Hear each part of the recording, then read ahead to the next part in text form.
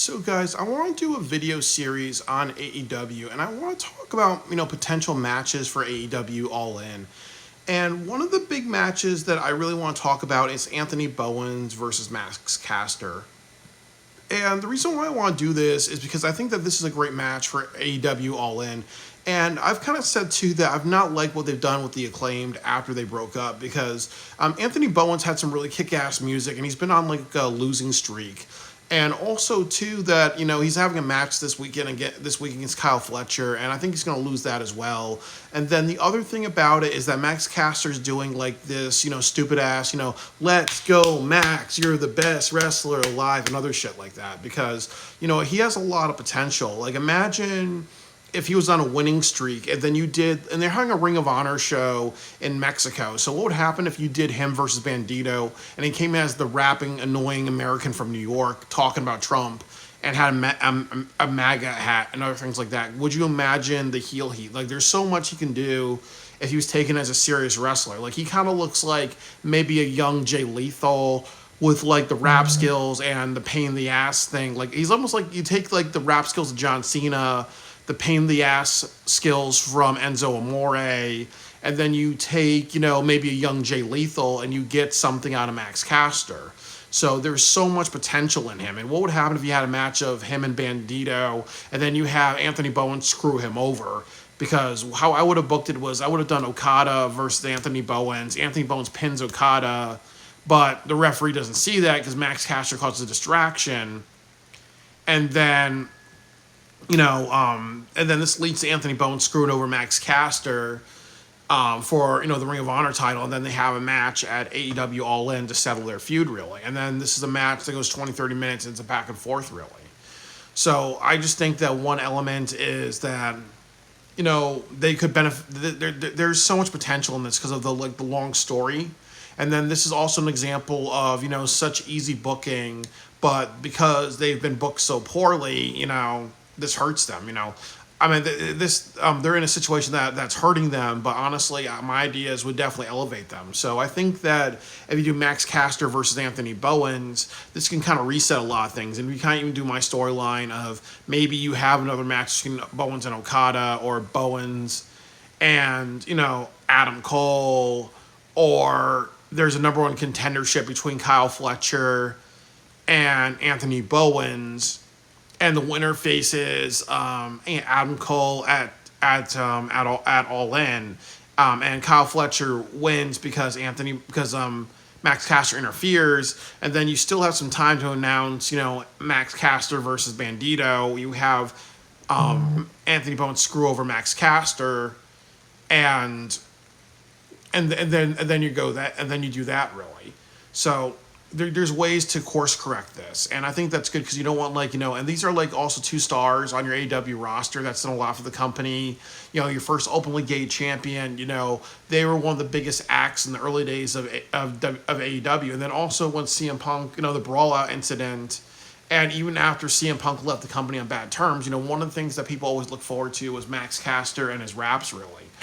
So this can definitely be a huge reset of a lot of other issues. And then, like I said, really, that after you have this match, you have to ask yourself, what people care about is story and great matches, not just great matches, really. And what makes a better story than Anthony Bowens and Max Caster settling their feud and being Max Caster is either an ego person or he's like, hey, you know what, you've always wanted to be a single star. You think you're better than everybody. Anthony always thought that he was better than me.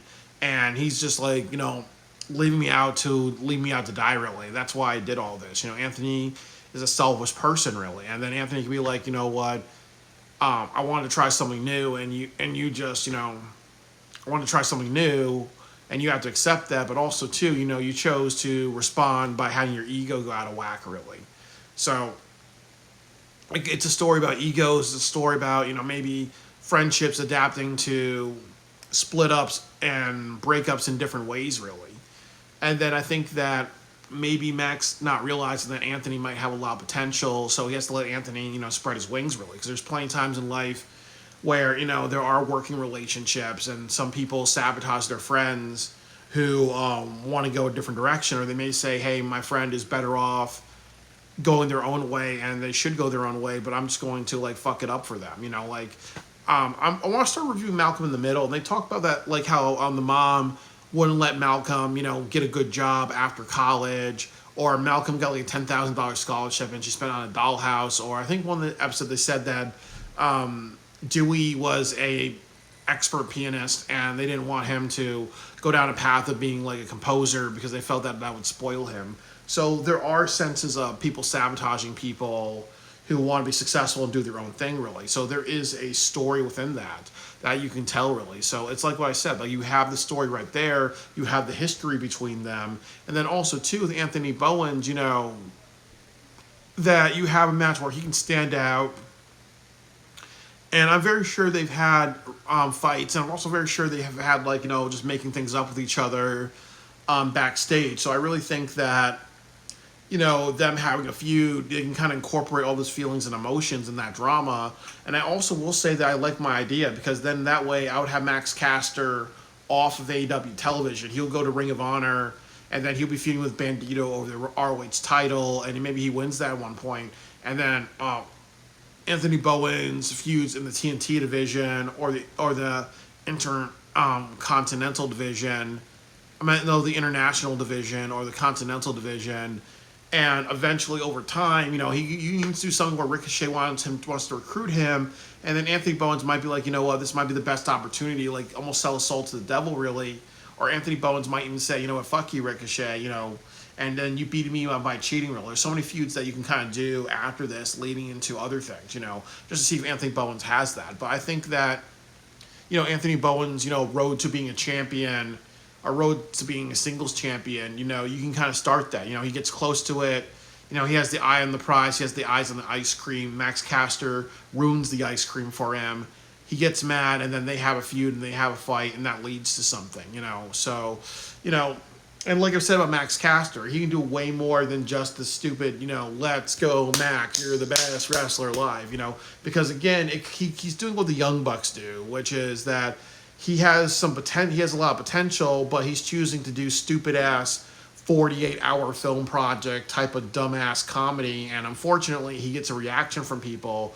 So that's encouraging him in his brain to be like, "Hey, I'm going to stick with the stupid ass shit," and that's going to get him over. But no, that actually hurts him a lot too, because then it says, "Okay, well, you know what? This is not Saturday Night Live, really. You gotta like have Max Caster realize there's potential, realize that he's one of the most charismatic microphone pieces that you have, really, and utilize them strong." So I think I think a feud with them would reset a lot of things. Then, like I said, have Max Caster being an annoying jackass and get the Ring of Honor title at Ring of Honor, because I think you can do something. I think he would draw a lot of attention to Ring of Honor with his raps and his disses. And then if you want to check out his raps and his disses and what he says, really, watch Ring of Honor.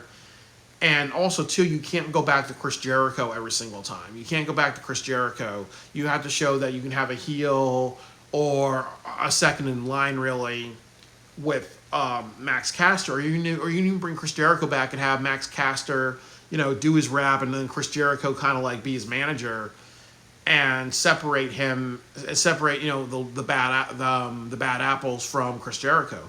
Or you can kind of do something like, as I said, Max Caster's doing that. You have Anthony Bowens go after the TNT title or the TBS title and get that at the end of the year after going through Ricochet, Adam Cole, and Kyle Fletcher, and maybe some members of Don Callis family to show, his struggle of being a champion. Like he said, like by the end of the year, I want to be a champion, or I don't think this wrestling thing is for me. Right? And then you can do something where he doesn't win it, and then you say Revolution to give him something as a second chance, or you say, okay, then at the end of your World's End, he becomes a champion.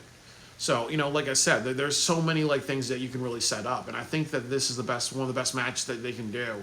So hopefully they do Anthony Bowens versus Max Caster. It would be very unfortunate if they don't do it, and they kind of just have them on limbo on the roster.